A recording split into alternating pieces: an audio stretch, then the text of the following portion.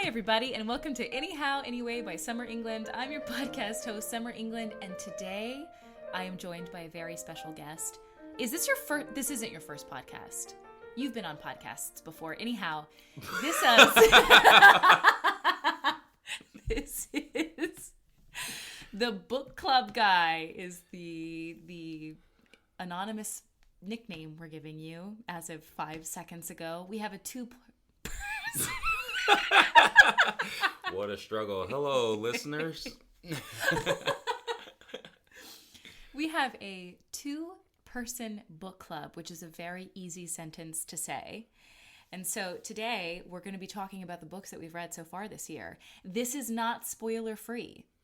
Okay? Are you ready to spoil it? All right. It sounds like we're supposed to say spoiler alert in 5, 4, 3, 2, and take it away. Spoiler alert. I thought we were going to do it together. Oh, I thought, usually on the videos, they put the spoiler alert countdown and it's like, turn it off if you don't want. Let's just say it together. All right, ready? In 3, 2, 1, spoiler alert. There we go. Now I have the sound bite that I can just continue going on. Anyhow, we are coming at you live with barely any sleep because 1, I watched The Mist for the first time a few days ago. 2, we saw Sierra Farrell last night. I'm glad you said the name. Exactly. It's a tough name. It's a tough name to say really quickly. 3, we're going to go apple picking today, which is arguably, I think we've experienced sort of like the holy trinity of random vibes, wouldn't you say? Oh, I've been loving it. Yeah, me too. That's what I'm loving it. Is that McDonald's? Ba-da-ba-ba-ba. Don't get canceled now. Oh, okay. Copyright infringement. Anyhow, that's where we're coming to. Would you say The Mist is a good fall watch? In terms of horror films, yeah. I mean, What better stories to jump into besides the good old Stephen King? True. And I think it's actually a strong adaptation from book to film. So I love it. I don't think it's for everyone. And I don't think it's a particularly great movie, but I think it was very fun. It's not going to change your life, but it might be something that is now part of your life. Yeah. It's going to be a rewatch. What an ending to get to. Did you read the book?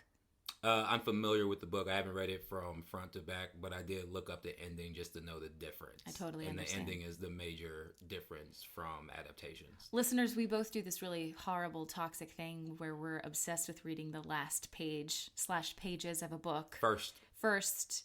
I always do it. I want to know how they got there. I do. I do. I think very rarely am I reading a book for just the plot. I like having a bookend of different things. Anyhow, we're going into the books that we have read. Now, arguably, I don't know if any of these are necessarily fall or autumnal reads, other than the one we're currently on. Reading, and that's arguable. Yeah, I would say it's not. I would say we're reading One Yellow Eye by Leigh Radford right now, and I would say it's one of those reads that you would pick up thinking, this is going to be a good autumnal read. We've got zombies. We have grief. I love to be upset in the fall, apparently. I guess define autumnal read. That's what I'm saying is I feel like you're going to pick it up and think it's going to be spooky or something. Okay, yeah. Or like cozy spooky, especially in the beginning. Well, it's very quiet. It's quiet, but it's not spooky. No, not necessarily. You know what I mean? It feels kind of like a beach read almost. I would read this at the beach, and have the antithesis of zombies and the ocean.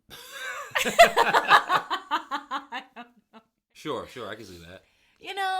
It's like, because London is so dank and decrepit, which is where One Yellow Eye takes place. Mm-hmm. Anyhow, what the crux of what I'm getting to is that you pick it up thinking that this book is going to have the vibes that you want in possibly a spooky autumnal read, which is it's atmospheric. Mm-hmm. You have something creepy going on. Okay. There's a sense of unsettlement, and it's making you want to enclose in as the season is wanting you to do that as well. And then this book is not that, I would say. It's quiet, cerebral, and pretty sad. Yeah, it's not. I would not say it's a thriller. I think cerebral is a good comp because it's not like a psychological thriller. By no means. No, it's a slow descent. It's very reminiscent to anybody who's read the horror novella The Yellow Wallpaper, which is an older classic. Okay. Anyhow, it's just a woman's postpartum descent into madness, thinking that somebody's in the walls, but we are so with her every step of the way that it's inherently unsettling to watch someone go mad. But there isn't like is it an alternative supernatural force? We know what's happening. And One Yellow Eye, we are definitely every step of the way. Well, it's set up pretty evidently from the first pages. Yeah, it is. And the last pages, which we love to read.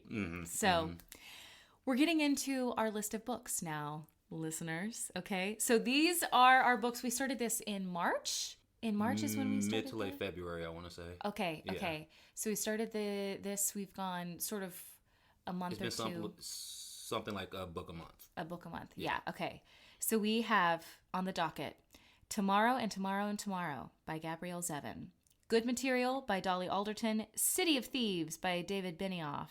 And Legendborn by, just you wait, I'm not Googling the name of the author right now. No, I'm not. Tracy Dion. Yep. Yeah, that's exactly her name. So these are the books that we're going to dive into and just chat about them.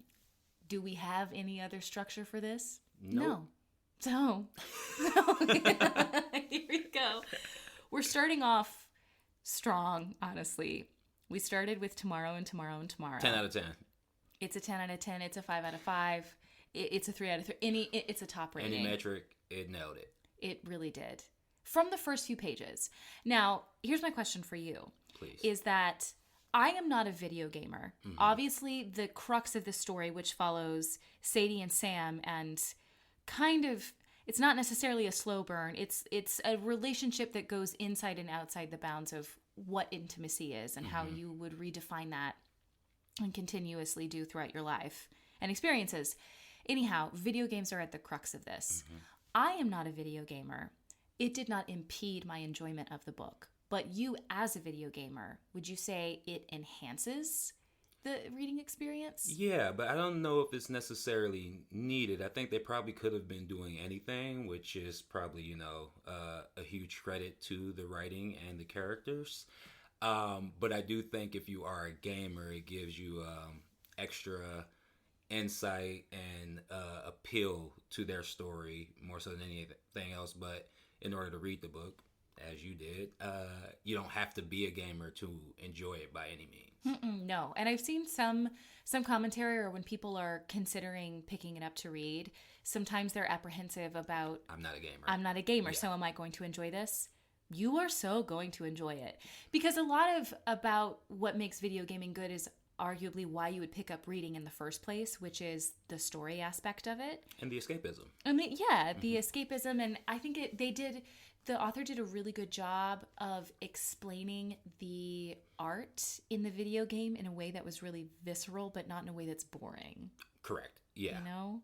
One thing that this book does really well, I think, and I'd be curious to hear your thoughts on it. Sometimes I really don't enjoy books where we begin with the main characters and then we flash back to when they first meet, and now we are following them through so many different iterations of their lives. Because sometimes it feels like we don't get to know them very well. We're just getting snapshots. And it's not like the book is particularly long either. No, it was a really quick read, but I think just because I usually carry a cinematic mind with storytelling, I think their cold open worked so very well of them seeing each other again after however many years and noticing this clear amount of tension, even though they were trying to be copacetic, the word for it. Like they were just, doing the niceties and formalities of it all. So you were just wondering what happened with them, which works for us as people who usually read the last couple pages first anyway. So it opened with that, and the segments of utilizing that structure of giving flashbacks as the story is going helped inform where they are now in a way that I thought really worked. And I think that story probably still could have worked regardless if it followed a more traditional linear format. But I think that structure which they put in place really helped the form of that story grow. Yeah, I thought it was a really good, it never felt like we were being jerked back and forth or that suddenly, I got really attached to the storyline. Now I need to recalibrate as we jump into a different timeline. It did such an excellent job of just adding further context. Yeah. Of internally with why something struck them in a certain way or another. Yeah. Yeah, because I think the author did a great job of every single thing always came back around. Nothing felt like we weren't going to not see it in a different way, even if it was really surprising. And one of which I think both of one of our favorite scenes in the book is actually a really sad scene. All right, spoiler alerts. Spoiler alerts are coming. The 5432 spoiler alert. Yep. Exactly. And so there is content notification. There is a shooting in the book, okay? And Mark's one of their friends who we have been with and spent a lot of time with since the beginning Pretty of much the book. since the beginning, yeah. He's a winning character. And I remember when we first talked about the character, I was like, he's going to get screwed over by Sadie and Sam or has to die. He's too good of a guy. I didn't think death was on the table, but I thought he would devolve from the friendship very quickly once business got involved. Yeah. That he would, just get played by probably Sam in a heartbreaking way. So the inclusion of the shooting could have very well felt like a gimmick. But I think where it saved itself a lot is with the form. And it's using what video games are to give him this very poetic ending to his story, which that's the chapter in particular that stuck with me the most, that felt like a game over. Like when you're playing an arcade game and it's like, do you want to continue 10, 9, 8, 7? And he had nothing left to continue with. And boy, was that rough. It was rough. It was so beautiful. And it was an instance because not only was it sort of the meta game over, but we also see a recurrence because when we meet Marx's mother, because Sadie and Sam, our main characters, meet Marx's mother, who is a fashion designer. And she has this beautiful, like, strawberry sort of patchwork chair or something, and it's a recurring image, and we see the image in its finality in her son's death. It was so beautifully done. I forgot that it was sad because in the moment the writing was so moving, and I thought that the death scene was really, it wasn't like overly grief filled. I think that there was a beautiful finality and artistic finality to it, despite the chasm that was left for the rest of the story. Yeah, and death obviously is inherently sad, but in his final moments, it really felt like he was at peace despite, the circumstances that led him there, which can leave, readers, viewers, whatever, in a way that's not necessarily just mourning, because it did, in a way, with the gaming construct, felt like a celebration of his life, even in his final moments. Granted, yes, it leaves a big hole for the characters to figure out how they're going to continue without his involvement. Now, Marx is a winning character. Sadie and Sam go through their ups and downs. They're human. They are really human. And Sadie, in particular, irked my soul more times than not, if I'm being honest. There was like not a moment where I straight up loathed her. It's just her decision-making skills seemed very poor and selfish to me, which I know is not 100% fair to say because Sam was a bit of a jerk as well. But somehow, and I don't know what this means, and I don't know if this is some inherent bias, a part of me understood where Sam was coming from a bit more, and his faculties seemed to make a bit more sense to me in terms of his lack of human interaction coming up due to an accident that basically led to a disability of his, where he always felt on the sidelines and othered. So like communication skills for somehow with him made a little more sense to me, and I got where he was coming from, even if I thought like that's dumb. Sadie, on the other hand, I just felt like, why are you so gosh darn selfish? I totally agree. I totally agree. And I think it's because one of the defining factors, and it comes up in their relationship as well, they come from way different demographics. And I would argue that the biggest difference is that Sadie is rich And then Sam grew up not that way at all. Sam did not have an intact family. Sadie did. And so we see Sadie having all of these opportunities presented to her and continuously making these really interesting decisions. Yes. And granted, we follow them since they are children and they are young for a very long period of time. It is hard, though, at first, especially in our initial time that we spend with her, because Sam goes on his almost like a later, not rebellious phase, but phase where it's like, Sam. I think the money goes to his head, whereas she's used to it, and so there's like a little bit of a difference. But Sadie, in the initial chapters, comes with a guy called Dove, or Dove without an E, and it is a tough read.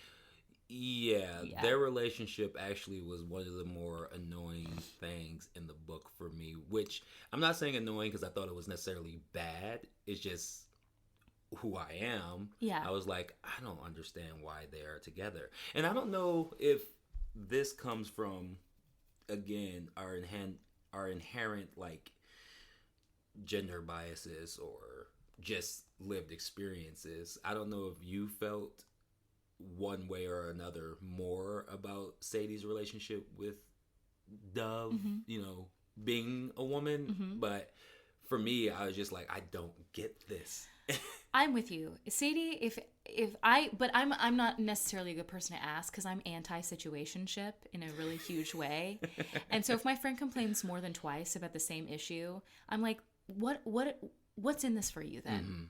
I'm not doing. Go to somebody else. Go to somebody else to talk about this too. It did have one of my favorite scenes in the book though, which is Sadie is like, it's almost comedy because she's gone back to Dove for like the third time. Is this the one where she's handcuffed? She's handcuffed to the bed and she's like having a conversation on the phone with Sam and thinking, and it's just so human. And I thought I really liked it because it was a great moment to showcase how absurd we are as humans. We can be in these ridiculous situations. Like you and I, even now, we're crouched around my kid's table talking into a mic. That is so fucking funny. It's hilarious. What are we doing?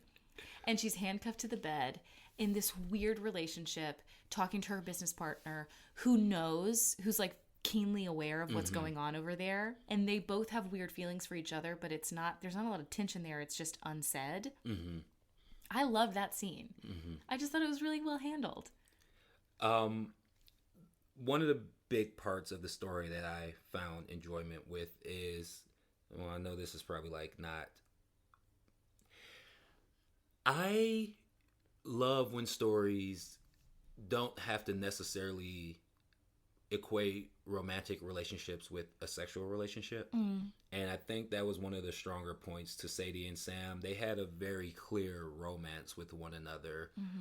I say clear, but it's like it's unspecified in a way, but it's like it's broader than just we want to sleep together.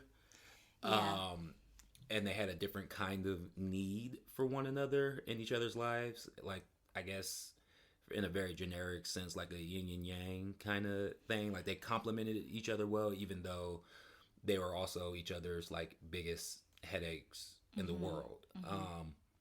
But that push and pull for one another that never necessarily got into like a need for a sexual partnership was one of the more intriguing things because, in most mediums and most stories, especially like in film and television, it's like, oh, you're the two hot people. So you're the two leads and you're male, female. Yeah. And great. That must mean we know. We know where this is going. Yeah. We know there's going to be a video montage and in a weird drunk night or something.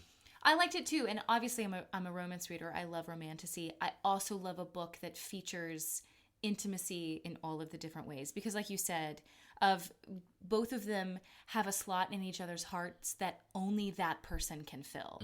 It is just Sadie for Sam. It's just Sam for Sadie. They can have outside relationships that might be fulfilling, but there's always that relationship that they revisit and come back to. I just love the book. It's just a great book. Yeah. We started off strong. Yeah, and I don't know if we set up the full story very well. So when we move to the next book, let's give You're a right. brief synopsis. You're right. I didn't even think about that. We just jumped in. We didn't even say the characters. So anyways, I hope you've read the book. And if you haven't, you really don't have context for what we just said. But I think we said it well. Arguably. You can tell us in the comments. So we effectively rate that. It's 100%. I would highly recommend it to anybody who enjoys reading. There are some books that are niche recommendations. Mm-hmm. And then there are other books. I have like 3 blanket books that I'm like, everyone should read this book. This is just objectively a great book that no matter where you're at in your reading, if this is your first book back from a long hiatus, or if you usually read in only one genre, read outside and do this. Highly recommend. Now we're going into Good Material by Dolly Alderton. You got the synopsis you want to throw in first? The synopsis, I mean, this one is easy. This is an easy synopsis. We are following a guy named Andy after a breakup of a 4-year-long relationship. And it is him, I mean, from tip to taint, going through months of processing life after a breakup. And it's a very adult breakup, so nothing sensational happened. No. There wasn't stepping outside. There wasn't great grief. It's just sort of the listlessness that happens after you have defined part of your life with somebody for 4 years. 4 years is a long time. That's lots of eras of yourself. And him figuring out what it means. Now, it ends... Well, the big question for him is, why did the breakup happen? Yeah. That's where he's lost. Yeah. And you know what? I'm glad you said that. You're right to say it, because I forgot what his point was. You can really tell where my rating of this book is lying right now. So I was like, what, Andy, what are you on about right now? Can you just get over it? The thing is, I did like the book. I think the big argument for me is, which feels a little unfair, but it's just like part of the medium. It felt like we spent chapters on chapters on chapters kind of revisiting this same feeling, when truthfully, outside of the chapter numbers, the book was only a couple months, which breakups do take a realistic time to process. They do. You don't get over it in a week or 4 chapters. So maybe that's a little unfair to feel that way about the book, but it felt like, dude, which is probably intentional for the book as well, of like, when are you going to come to grips of like, sometimes there's not a definitive thing that ended the relationship. Sometimes a relationship just run their course. But I will admit that part of it started to get a bit difficult to want to continue reading. And I think the major thing that like saved the book for me, and I think it rewarded it even though it took a very long time, it's not till like the last quarter of the book where you get Jen's perspective of their relationship in a truncated format comparatively to his. And hers is great. I love her takes on it. Yeah. Because I think she comes to the conclusion of, this has just run its course. Which the book, I'd like to think that the author did a brave thing of, I'm going to make the reader feel how Andy's friends feel. Where the first few chapters, first few months, you're like, we're with you. And I really enjoyed Andy at first. I'm like, damn, it is hard. It's hard to end something and not understand why, of just somebody doesn't want you anymore, because it can be way more difficult to find closure there than if something really tragic happened. And then a few more chapters, a few more months happen, and then I, as the reader and his friends... You are becoming a buzzkill, dude. Get over it. Get over it. And he's also in the weird point in his life where he's in his mid-30s, because he's juxtapositioned with his friend whose name, I think is Ari, but I could be misremembering that. Probably. Anyhow, I probably am. Anyhow, they have kids. So he's staying at his friend's house who married their best friend, right? We're also working with, they've been together for 4 years, so everybody's in an enmeshed relationship. And they have kids, their lives have moved on, and now he's having to move out of his flat, because this is a British book, all right? We're talking about flats and going down to the Tesco, okay? I don't think they say that. Anyway. Title drop. Life is moving on without him, I think, for a while. And then it feels like his grief and his unwillingness to just let it be over puts him continuously in that cycle. And I think one of the things that helps is, I mean, careers across the board are difficult, but he is in kind of a thankless career. He's in his mid-30s as a stand-up comedian. Oh, yeah, I forgot. And he's not in the place where he thought he would be at this time in his life. So with viewing his friend having like a family of whole and a stable job, wife, kids, all that jazz, and him wanting to build a life with this woman that has finally come to a halt, it shatters his perception of who he is in a lot of ways. And now he's watching not just his friends thrive in their own way and his ex-partner continuing on in life as he stalks her social media. He's also, bombarded with the success of other people in his field, which further is a detriment to his own self-confidence and playing that comparison. That's well said. Because that was good. Because in my evil brain, you I'm left, like, you quit left empathy out the window. I really did. I really did. I would be such a terrible friend to Andy. Because after the second week, I would be like, it was your fault for being a stand-up comedian. Jeez. Okay? I'm so mean about it. It's so sad. Because it's one of those careers kind of like musicians where I'm like, hun, if you've not made it and you're 35, you'd probably need to tap out. I know that there are exceptions to the rule. So unfair, but yes. Yeah, I mean, it's mean to say. However, it's tough as well. Mm-hmm. It is tough. Now, when we get Jen's perspective, it is sort of because I guess the big catalyst as we're changing into Jen's perspective is that we spend all this time. Andy has a young lover. She's of age. That's a big plot. Yeah. See, where she's like fresh out of college or something. Yeah. And she obviously is falling in love with him, and he's self-wallowed this entire time because he, was no one's gonna ever want me and love me. Somebody is, and it's not her. But in fairness, this young lover set herself up as not wanting a relationship by any means, so he didn't read it as something that was moving forward. He just took it at face value. I agree with you. Okay. Listen, I agree with you. What I'm proving right now is how awful of a friend I am during a breakup. This is all this is proving. Although I did agree as an adult, Andy, you are being the naive one. If you pour into a person over a certain amount of time, that perspective is allowed to change. And for you to ignore that she might actually be falling for you now is a bit naive. Exactly. Yeah. It's the 500 Days of Summer argument, a movie neither you or I have seen. Well, you have not seen. Have you seen it? No, I wanted to show it to you. You've seen it? Yes. Oh, of course you have. I've seen most movies. You haven't. That's true. That's true. I bet I've seen more Disney movies than you. That is probably true. Have you seen Sleeping Beauty? I'm sure as a youth. I'm sure. Yeah. It's not. I know. I can't say definitively. Cinderella. I know Cinderella. You know it or you watched it? I think I've watched it. You think? Yeah. Well, it wasn't my go-to. I liked Mulan, Tarzan. Okay. And most of Hunchback of Notre Dame. Most of it. The villain's great.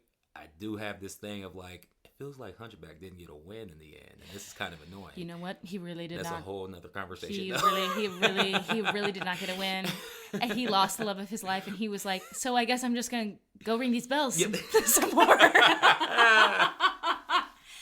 And let's hope he wasn't up there back when it, You want to finish that thought? Where were we? You were moving on to Jen's perspective and why that was a highlight of the book. I thought it was great. Yeah. And I think because as bad of a friend as I am to Andy, I feel similar to Jen. And I think when you're a reader, the confirmation bias of, this person thinks like me, thus their chapters are better. Mm-hmm. I realize that sounds like an ass. However, I think she just comes to the conclusion of... And she had sort of a classic thing of she was parentified as a child, and then she kind of has this guy she's sort of taking care of a little bit. Yeah. And she has always lived her life independently. Yeah. So now to have a partner, but who is more or less dependent on her, just wasn't, thriving with her in the right way. Yeah. And it started to take its toll after a time, especially when it comes to careers of like him saying he wants a certain thing and has these aspirations as a stand-up artist in his field, but not really taking too many steps. It's just like started to sound like lip service, if I'm remembering correctly. Yes. Yeah. And that started to weigh as well, where their lives just were growing in different paths, which is a real sad thing with relationships. Yeah. Oh, absolutely. And I think that sometimes you come to a point where it's obvious that your partner is relying on you to define what their lives look like. Yeah. And it feels like Andy was, in his effort to be supportive, was technically putting more weight. And I also think it comes down to, in the end, she did just want to be alone. Which is sometimes even, again, harder. It's not that she wanted somebody else. It wasn't that he wasn't good enough. Because we do get a big story point where she does begin dating someone else, and it, to our knowledge, kind of ends the same way, where it's like, this isn't what I want. Yeah, yeah. And it's not really a knock on the person. No, she just likes being alone. And her friend was like, maybe you just like being alone. And she said, yeah, you're kind of right. You're kind of right. Yeah. And then that's how it ends, which is unceremonious and also very adult. And then Andy's I think it ends as hopeful as it can for both of them. Yeah, but it also ends with we knew we were not going to talk anymore after this. That is true, because Yeah. they have a hookup moment and they're like, we're going to keep up, knowing full well we won't. Yeah. It's sort of heart-wrenching. Yeah, and I think that's one of the highlights of the book. I also do want to point out that there are parts of it, even though after a while, Andy started to feel long-winded in his emotions. There are parts of it that are objectively funny, with the inclusion of his weird housemate that he ended up living with, that older fella. Miles or Milo. We're great with names. We're great with names. God, we're geniuses. I'm going to say the older fella he ends up living with for a bit. I think that's better. The moment where he tried to seek independence and living and ended up staying on a boat. On the boat. On the boat was so funny. I thought that was really good. And I think what was like really in the lens of awkward comedy is when they went to go close down their bank account together. Yeah, that was so good. It was a really, I would say, like a bug's eye view of a breakup is what this book is, of like every single weird aspect. Going back to your parents' house and needing one of your parents to sort of coach you through, even though you feel like, I'm of the age that I should be doing this for someone. And now somebody's having to do it for me, and I'm drinking at 9 a.m. because I do that, I think the unfair critique, which again highlights like a very human element of breakups, like it's so easy to point the finger or say something when you're not in it, even though I think the majority of us will prove to be very guilty in doing this. I found myself so very annoyed, and I guess confirmation bias is because I don't have social media, the fact that he was always stalking her Instagram for some form of validation or just to make himself upset, quite frankly. But then she catfished him, remember? I forgot about that moment. That is weird. Their weird social media thing was weird. That was the biggest twist in the book, was that Yes. he had this like girl reach out to him after his comedy set. Because she wanted to check in on him to make sure he was okay post-breakup and give him someone to talk to. She pretended to be someone who followed his comedy career, and they had a cyber relationship for quite a bit. Yeah. And every time that he would try to link up with said person, that's when they would ghost or disappear until they just finally got rid of their account altogether. Yep. I forgot about that moment. Yeah. It was weird. It was very strange on both of them. I would still recommend this book, though. Yeah, I think the final quarter, meaning Jen's perspective, bumps it up to a lack of better terms. I don't know if you like a good read rating of a 3.5. Like I still like parts of it despite how I felt like this could have stood to be a little shorter. But with that said, I think the breadth of a breakup is very real. So I'm not necessarily faulting how long we did spend with that, those months of him trying to figure out the why. Yeah. Because that's a thing that will linger when you don't have closure in a relationship. And it's exactly what the book said it was going to do. We're going to linger with this person for months after a breakup. And it did that. It did that in every way. I feel like, yeah, for me, I think it's like a 3.25, 3.5. Yeah. Right in the middle. Okay. So, now we're moving on to City of Thieves, which is a short one. Okay. And this takes place in Russia. The fall of Leningrad. The fall, yep, during World War II. Mm-hmm. We got a lot going on. Okay. We're following Lev, Kolya, Vika, and our big, we have lots of different, I would say, antagonists in the story. Mostly everybody's an antagonist. The war, primarily. The war. And then we have Abnerath, the main bad guy, who, you remember? You are going to say names that I don't know for sure, so... Yeah, pronunciation-wise, I'm tough. hoping. I don't it's know a shot if in we're the dark. saying any of them I right. know Lev is right. Lev is our main guy. This was a great read. Yeah. It was excellent. It was short, quick, and I think the friendship based out of circumstances was interesting. Let's set up the story first off. You go. Tap in. City of Thieves follows this character named Lev. During the fall of Leningrad, and he is a young Jewish boy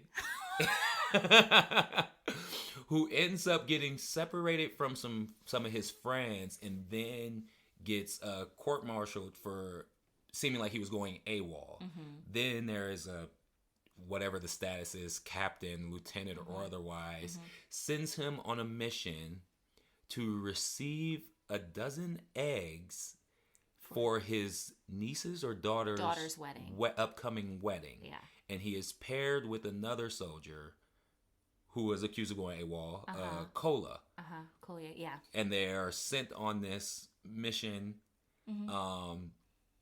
in a heated war zone just to receive these eggs, which is a really dumb setup that you and I locked in onto of like, what is this supposed to mean for a long time? Yeah. I feel like we were really searching for the metaphor there. We're going to search for these eggs. And so the whole time we're looking for eggs in a place that obviously there's food scarcity in a huge way. So we're looking for people with chicken coops. There is a wild scene at the beginning where their first few days out on mission, we have like a cannibal person, remember? Like yes. The Sweeney Todd of the town. They end up in an apartment complex that has a couple that are human butchers. Yeah, they sure are. I must assume they eat these people because of the food scarcity. I would assume they eat them and they sell their meat as if it were not. Yeah. Very, very ode to Sweeney Todd. Then we go on to, I think this is the saddest scene, honestly. Which one? Which is they find the chicken coop and the guy who owns it is already gone. And the kid who was with him is like, I'm just going to stay. Yeah. In the cold. And the implication is... he's going to stay, starve, and die. He's going to, yeah. But he'd rather be with the person that, I guess raised him. Yeah. More or less. Or the only person he has, quite frankly. Obviously, it's a war book during the fall of different iterations of society and cultures, or the hope thereof. It's graphic, just so you guys know. Yeah, what's interesting, and I don't know if this is my relationship to violence in media and the disconnect that I generally have of like, this is fake. This is a story. So I'm not like too hard pressed about it. With such obviously big moment in human history that was full of tension and graphic violence, gore, and all that. This book was hilarious to me. It did have a lot of comedy. It had a lot of comedy. And I think in the same sense that is, have you seen Jojo Rabbit? Kind of like Jojo Rabbit in a sense because we're in the eyes of these young people. There was something about the innocence juxtaposed with the things that were going on that lend itself to being kind of funny in nature. And watching these two young men start to form a friendship with one another, again, based off necessity, but nonetheless trying to get to know one another because now they're relying on each other, provided itself with a lot of like, ironic humor. Yes. Yeah, and it's like a beautiful moment of how we deal with things as humans. And we get to see different iterations of it, of people resorting to violence, people resorting to silence, people resorting to comedy. And reminding you that they are young boys. Yeah. And the thing that I know you felt like going back and forth on of like, why are we doing this? Why are we spending so much time thinking about sex in the war? And Lev has never had it, and that's like a I get it. like such a bridge to manhood for young folk. So I know. And he's like, I'm gonna die without ever having the embrace of another person. Well, when you put it like that, I'm a bad friend to Lev as well. I'd be like, what is wrong with you? You like who you like. I'm sorry. We're sleeping in a farm right now. We're sleeping in a farm and there's enemies outside. Can you not think about this right now? And what would make it a little better and more bearable is a warm body to be next to that might love me. It's not about love in this. Well, I think that's, sex took the predominant stance, but, I think that is kind of the underscore of it all. Now, we did have similar feelings about the end. Yeah. Yes. Where it was great, and then the end, we were like, huh. I felt like it petered off. Yeah. It felt a little bit like the author was like, ooh, spent my good writing in the middle there. Kind of like Game of Thrones. Yeah. Shocker. He co-wrote the screenplay? Yeah, he was one of the writers on Game of Thrones. Well, one of the showrunners. They really know how to land it. Now, I do think that maybe it just sort of petered off, and it probably behooves itself to the grander story of they went on this huge mission and for what? Mm-hmm. And death can be meaningless. And or just an accident and have no big thing behind it. Yeah. I mean, we are at war. Yes. A weird follow-up to good material of like, sometimes you don't get closure. Obviously different. A little different. Mm-hmm. But there it is. I would say that this is like a 4.2 for me. I say a solid 4. Solid 4? Yeah. Okay. I don't know why I'm like, why is it not a 4.2? Why won't you give it that 0.2? Why would you give it that 0.2 that I just randomly edited? We just noted that it petered off at the end and it felt a little unsatisfying. 3, 2, 1. Spoiler alert. With Kolia's death, even though we both felt pretty convicted that he wasn't going to make it. No, we knew. Yeah. He really sets himself up kind of like Mark's of you are really in a good mood a lot. Yeah. You're so going to get taken down. You're a great foil to our lead who carries the world on his shoulders, and you seem to have cracked into this ever-flowing hope. First out, man. But yeah, nonetheless, it just felt somehow unsatisfying with how they chose to do it. Which, again, not to harp on this show, it's just that he is related to it. Yeah. Just like Game of Thrones. It felt like, obviously I know they ran out of source material. And in a lot of ways it felt like they were winging it. I'm not even mad with, like, a lot of the eventual plot points they got to. It's just how they got to them felt really haphazard or just without a lot of thought. It's just like I have to push to this end thing. Yeah. And that's why his death felt a little, I don't know, cheap to me. Just wanted to do it for the dramatic effect of it all. Yes. Yeah. Yeah, I totally get that. It felt like, okay, this is going to be really good when you're in the outline portion of a book, and then you get there and think, well, that was my end point, so I do need to write something into it. By the way, he's dead. Yeah. Cool. Oh, well, okay. Okay. Legendborn. Spoiler alert. If you like this book, great. We hated it. Well, okay. First, first, Legendborn by Tracy Deonn. And let's be fair, it is part 1 of a 4-book series? 4-book series. And 3 of them are currently out. So it is not a complete story told. Why are you prefacing No. I just want to be fair to the totality of it. We're not done with the story. We're not done, and we're going to read on. We are.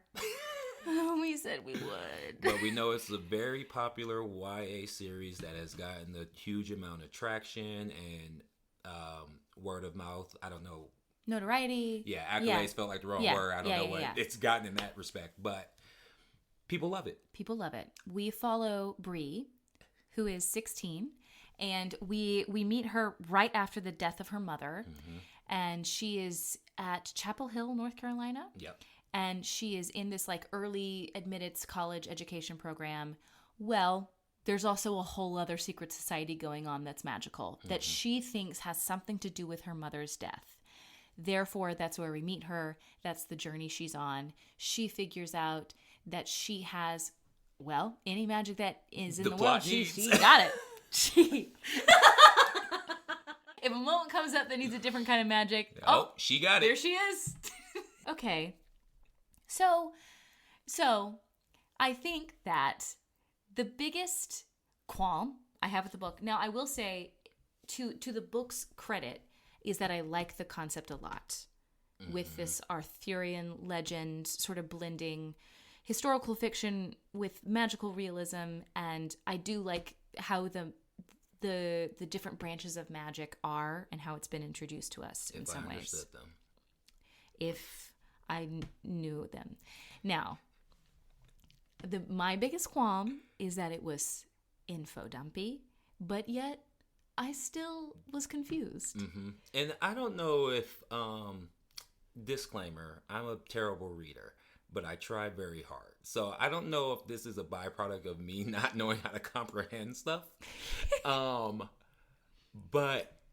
this book that for whatever reason I'm trying to tiptoe around, because I don't want to hate on it. I don't want to hate on it. But I can't think of too many other books where I felt viscerally annoyed and I read just to finish.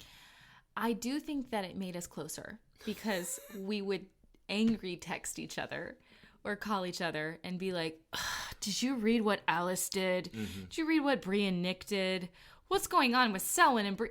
What's going on? Yeah. Why is everybody just accepting things? And I guess not my big thing was I felt like our main character, our conduit, didn't ask enough questions in a world that she was new in. It was a lot of jumping to conclusions, and maybe that is because of her age. And that was difficult for me as a reader, which obviously it's not for everybody because it's a well-loved book. But for me as a reader, she is new to this world. I am new to this world. I need you to be asking more clarifying questions about what's going on because I really don't have a grip on the magic system whatsoever. But I know that it's trying to be explained to me. And now I'm worried as we go into book 2, book 3, was that our foundation? That I'm just not quite following. And because now. And I know it's unfair as well for me. I keep saying unfair for whatever reason. Where I know in my heart that it's always going to end up like this, that I get annoyed with YA novels just because of like foundationally what the things that they're traditionally going to do. And in this one, I felt it really early that I was like, I'm not looking forward to the love triangle that it has to happen for some reason. Yeah. And it was set up very early, and I'm not sure why any of the characters are attracted to one another. Right. We don't have context. Yeah. We don't have... I know the one I like fall back to a lot because it's probably like the first true YA series I read was Hunger Games. And so I use them much like television uses Jim and Pam as a foundation of like what to do with the relationship of a will they, won't they. In Hunger Games, Katniss, Peeta, and Liam Hemsworth. What was his character's name? Gabriel? I don't think that was right. I almost said Dale. Gale. Oh, I was close. Oh. Dale. Katniss, Peeta, and Gale seemed to have a stronger foundation that like I understood circumstantially why she was torn between them. Gale, she grew up with, she lived her whole life with, they were always been there for each other. And then, yeah, sure, you could equate it to just simply trauma bonding with her and Peeta, but they were in the shits together. So that made I can buy it, sure. Yeah. But in future novels that I've read since then, it's just like, oh, because you just want this trope to happen. Right. And it was evident from jump. This is like within the first 2 chapters. She sees Selwyn not knowing anything about him and can't get over how handsome he is, I guess. And then she meets Nick. It's been less than an hour and she's like, wow, this guy is so hot. I'm drooling over him. And then their relationship just forms.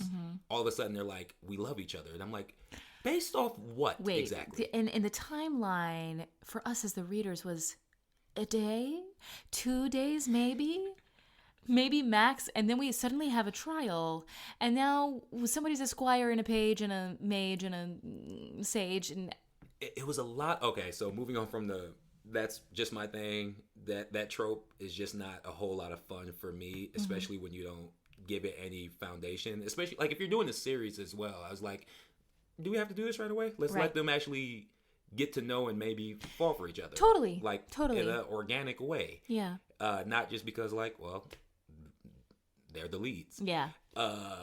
Because I think inherently we do know it's probably bound to happen. But again, it's the how it's happening that got me.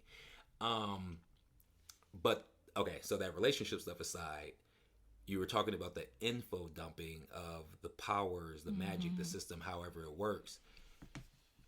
I couldn't follow all the names and stuff that were coming up and what their actual effectiveness or role was in all of it. And ultimately what the hierarchy of the magic system is. I just felt at a loss more times than not. Yeah. And I read fantasy all the time. That is so, and I wasn't, and maybe we're both dumb. You know what? Maybe it's us. Maybe we are. So we, as we said, we have not read, as technically you said, because I just went in real hard, real quick. We've not read it, so I'm not going to rate this book yet. No, because I think I want the series as a whole. I need the series as a whole. So we'll revisit. Because I've had other series that I love the initial books, and it jumped off a cliff. Oh. And that kind of taints all of it for me. Because exactly. It's hard to recommend. Because that first book might be a 5. And then by the end, you're like, don't read this. Yeah. Do yourself a favor and don't read this.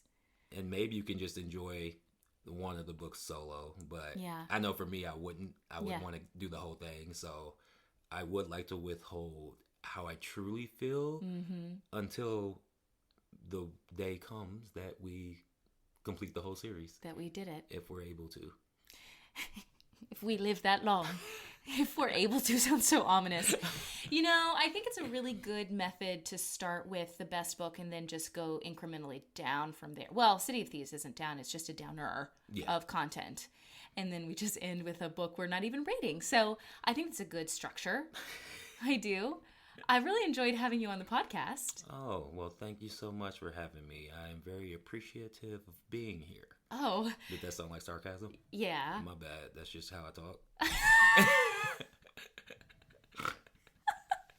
Kind of sounds like I'm very appreciative of being here, and you're like pulling out a weapon. Tough. And this is the end. And I'm like, well, I rate my life up to this lived point like a 3.2. I would have loved to have made it to a 4.5, but guess we won't. Goodbye, listener. Anyway, I think that's gonna do it for today. Okay. We're at a sexy 55-minute episode. Oh. So it's a chunk. Wow, we talked. We did. Okay. Famously, we can. We love to do it. Thanks for joining me. Is there any final words you'd like to say to the listeners? Thank you for everybody who has been listening. Continue to use word of mouth. She's doing a lot of work here. Subscribe, leave a comment. Don't forget to hit that download button and stay tuned every Thursday for another episode of Anyhow, Anyway by Summer England. This is going to be my new outro. Stay cozy. Bye. Bye.